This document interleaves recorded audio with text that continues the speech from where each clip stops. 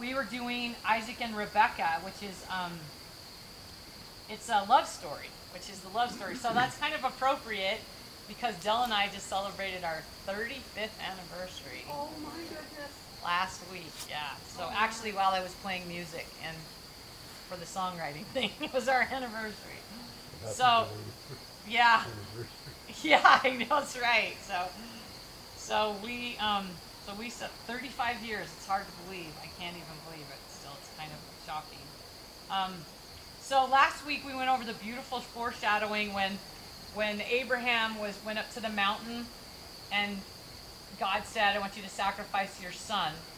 God never intended for him to do that. He was foreshadowing what God would do when he sacrificed his son on the cross. And actually that happened in the area around Jerusalem. So it would have been a complete foreshadowing of the fact that God would sacrifice his own son for our salvation. So that's really a beautiful story if you see that as a foreshadowing. That Abraham was so committed to God. He knew the heart of God enough to know that he had promised him that that he would be a blessing to all nations.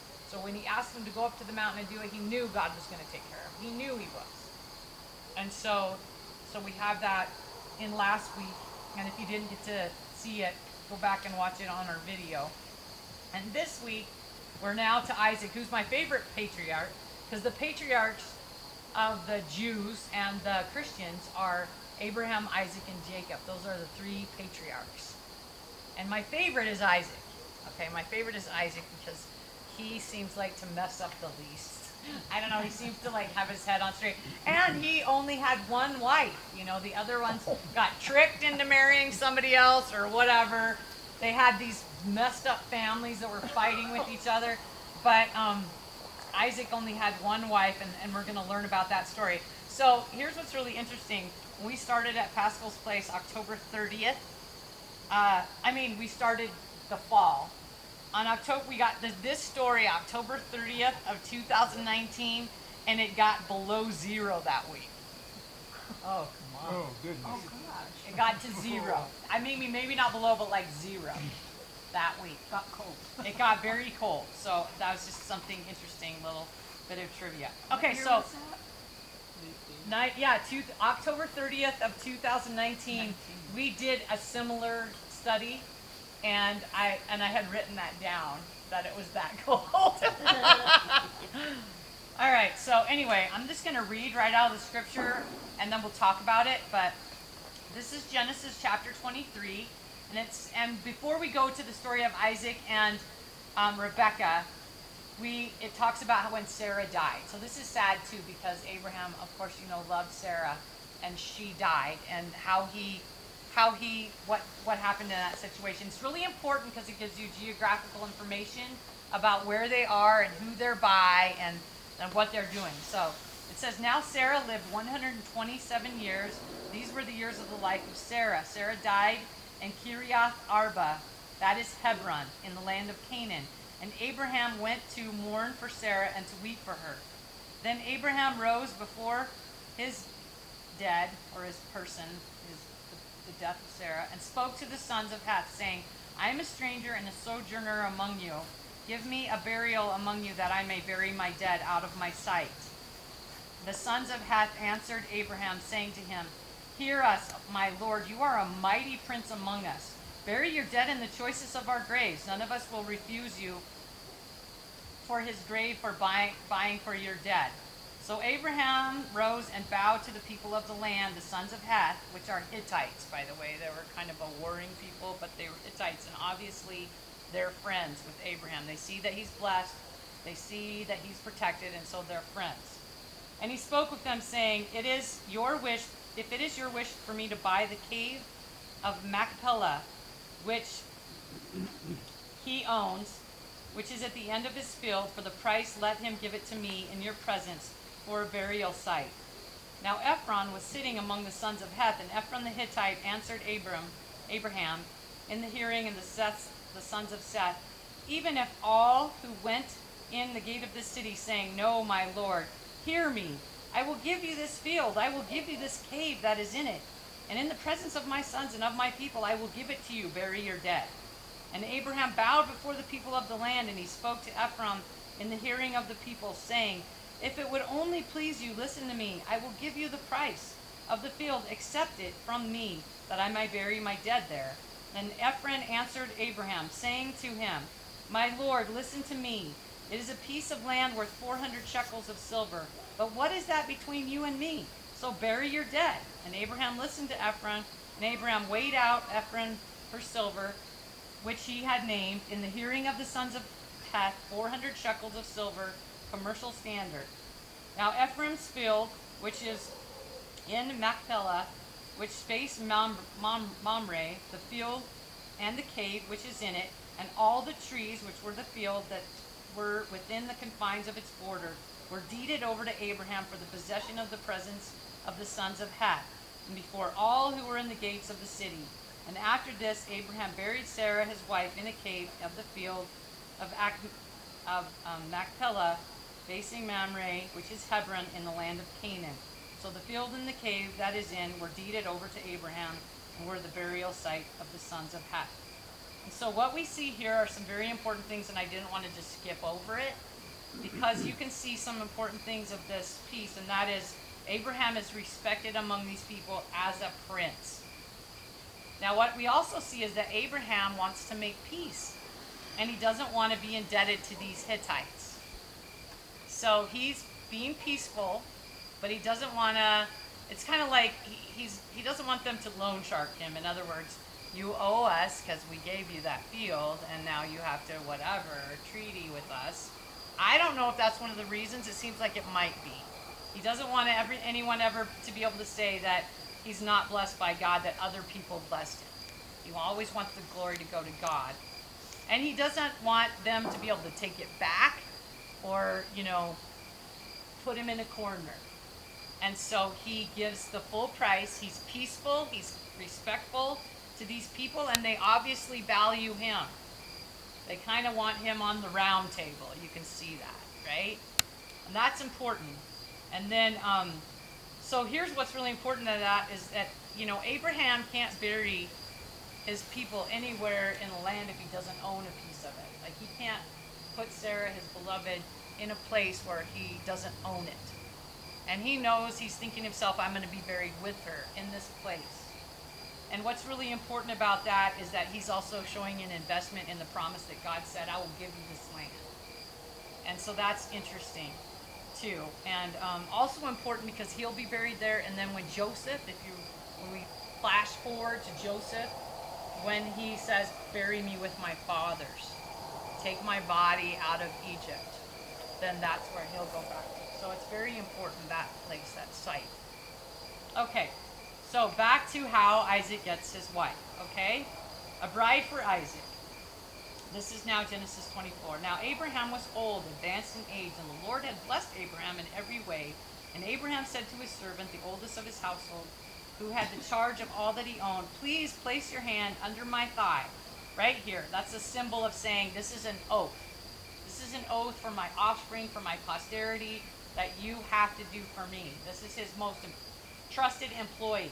The Bible uses the word servant, but it's the person in his employ. And you can tell that by what happens in the story. Not that there weren't slaves at that time. There were slaves all over the place, but this is an employee, a valued employer of Abraham. And I will make you swear by the Lord, the God of heaven and the God of earth, that you shall not take a wife for my son from the daughters of the Canaanites among whom I live. But you will go to my country, to my relatives, and take a wife for my son Isaac. And the servant said to him, suppose the woman is not willing to follow me to this land. Should I take your son back to the land from where you came? So he's saying, in other words, what if I can't get some girl to come with me? Should I just take him there? How am I going to do this? He's like, how? He's like, I don't know how I could do this. I can't get some girl to come over here and marry your son without seeing him. So anyway, then Abraham said to him, beware that you do not take my son back there. So he doesn't want to let his son go. The Lord, the God of heaven, who took me from my father's house and to the land of my birth, and who spoke to me and swore to me, saying, to your descendants I will give this land. He will send his angel before you, and you will take a wife for my son from there. But if a woman is not willing to follow you, then you will be free of my oath. Only do not take my son back there. So the servant placed his hand under his thigh of Abraham his master and swore to him that he would do this thing concerning the matter. Then the servant took 10 camels from the camels of his master and set out with a variety of good things of his master's hand. And he arose and went to Mesopotamia, to the city of Nahor.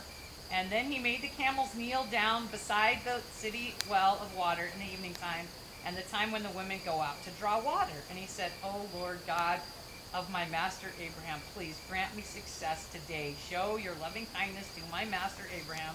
Behold, I am standing by the spring, and the daughters of men of the city are coming out to draw water. Now, may it be the girl whom I say, please let down your jar so that I may drink. And whoever says, drink, and I will also water your camels also, may she be the one that you anointed for my servant Isaac. And let it be this, that I will know that you have showed loving kindness to my master. So this is a major mission that he's been sent to do.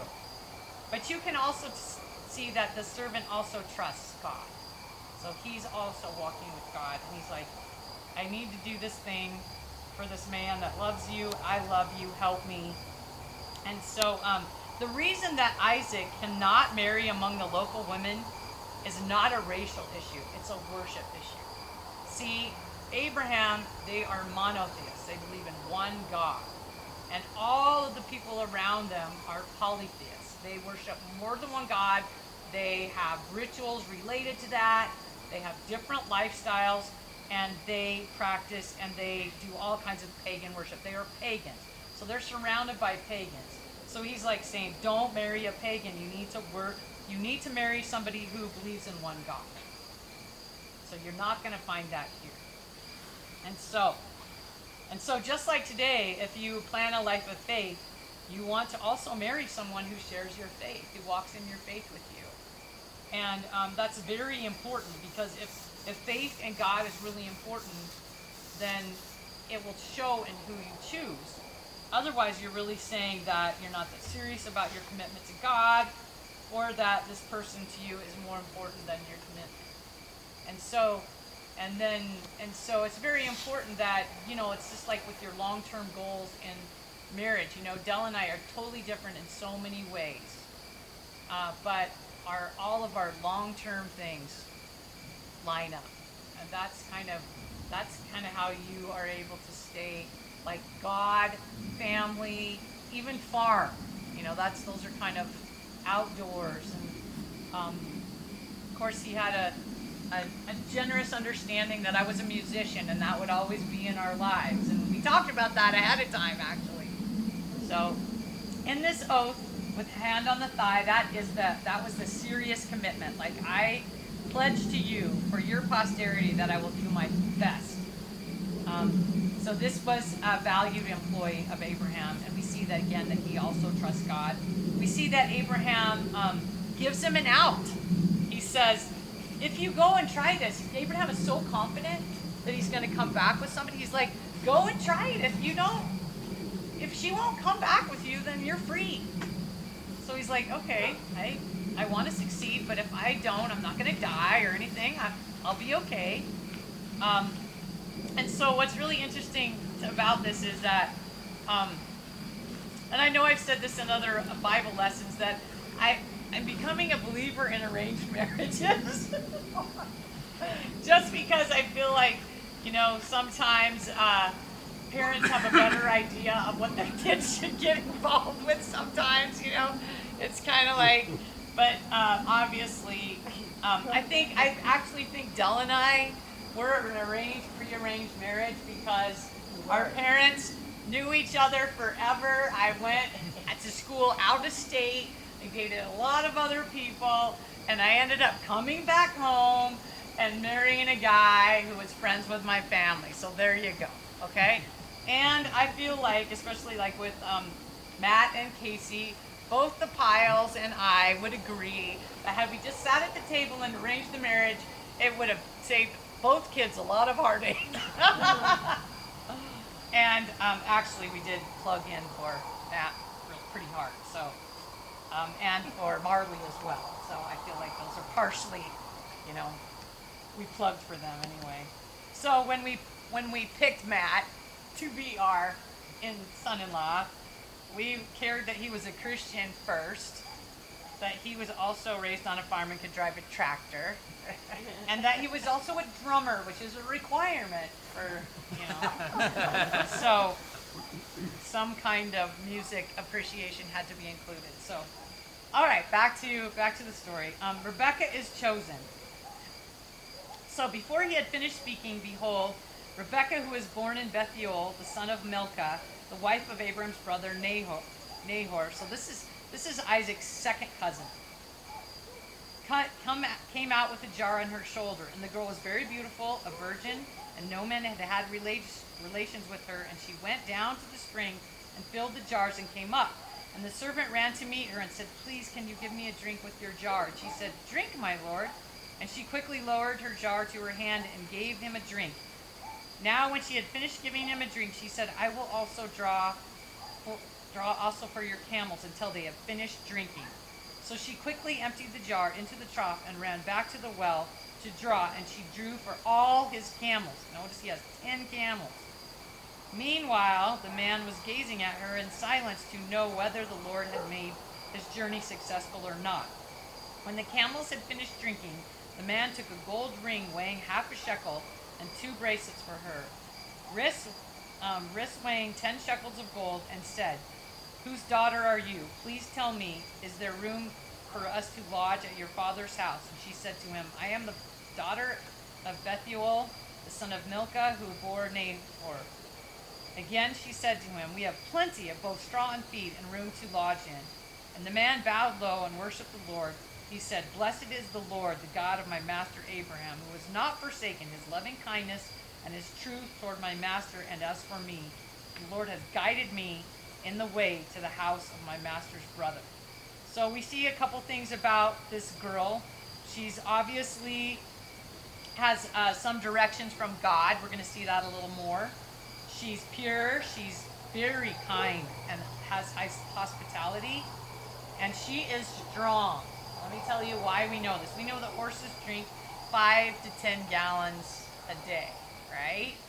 Camels can drink 30 gallons at one time in about 10 minutes, 10 to 13 minutes. So she had to have hauled approximately 300 gallons of water to this trough. So this girl is strong. That's a major commitment of hospitality. So she filled that whole bucket and watered all 10 camels. That's really something. And she believes in God. You can tell that she's different than other people, and that God has already selected her to be the wife of the patriarch Isaac. So then the girl ran and told her mother's household about these things. Now Rebekah had a brother whose name was Laban, and Laban ran outside to the man in the spring. When he saw the ring and the bracelets on his sister's wrist, and then heard the words of Rebekah, his sister, saying, "This is what the man said to me." He went to the man, and behold, he was standing by the camels at the spring. And he said, "Come, bless the Lord. Why do you stand there, since I have prepared the house and a place for the camels?" So the man entered the house. Then Laban unloaded the camels, and he gave straw and feed to the camels, and water to wash his feet, and feet of the men who were with him. So there were other people with him, and he took care of all of them, which is a major act of hospitality again. When the food was set before him, and he said, "I will not eat until I have told you my business." And he said, "Speak." For he said, "I am Abraham's servant. The Lord has greatly blessed my master, so that he has become rich, and he has given him flocks and herds, and silver and gold, and servants and maidservants, and camels and donkeys. Now Sarah, my master's wife, bore a son to my master in her old age, and she was given him all that he has. My master made me swear, you shall not take a wife from the sons and the daughters of the Canaanites who live in the land. You must go back to my father's house and to my relatives and take a wife for my son." I said to my master, "Suppose the woman does not follow me."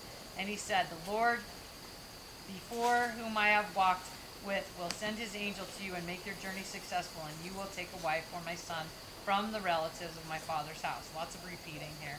Then you will be free from your oath when you come to my relatives, and if they do not give her to you, then you will be free from my oath. So I came to you today. So he repeats everything.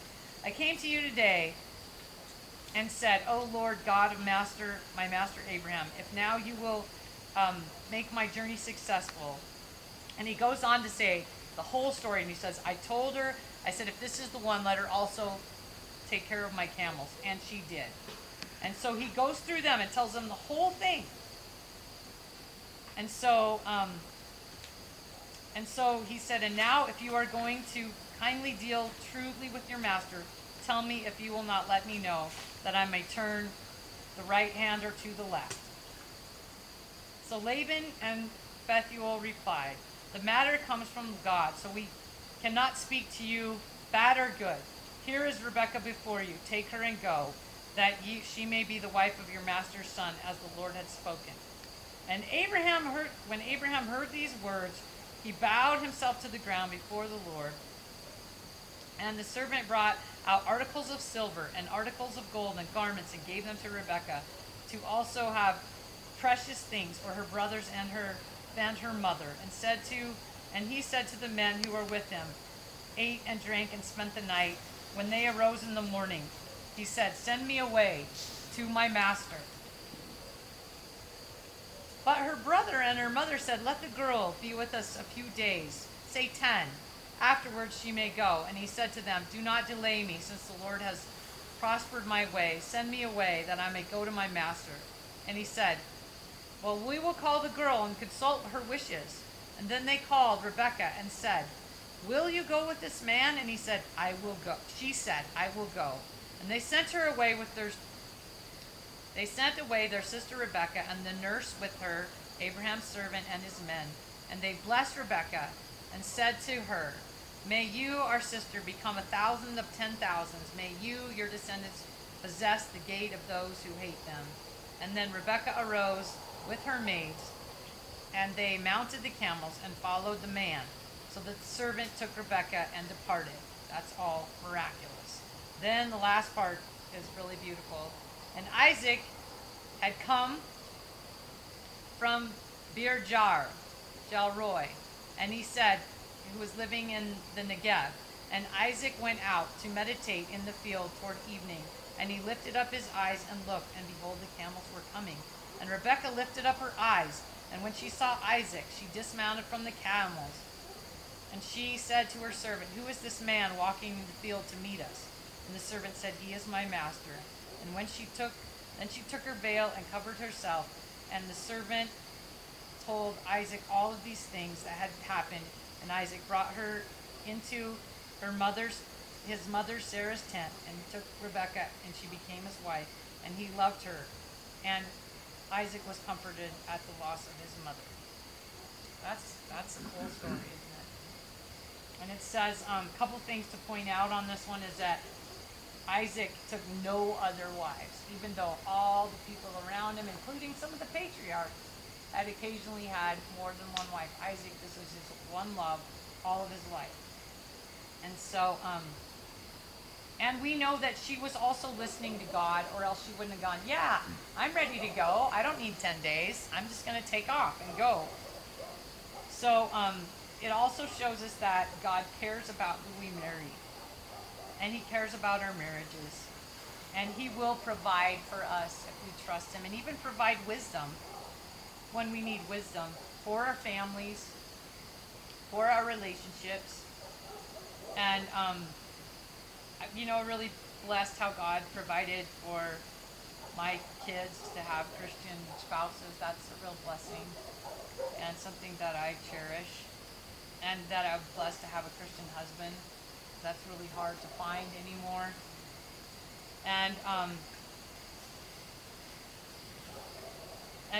today's society, people get married like to meet their own needs.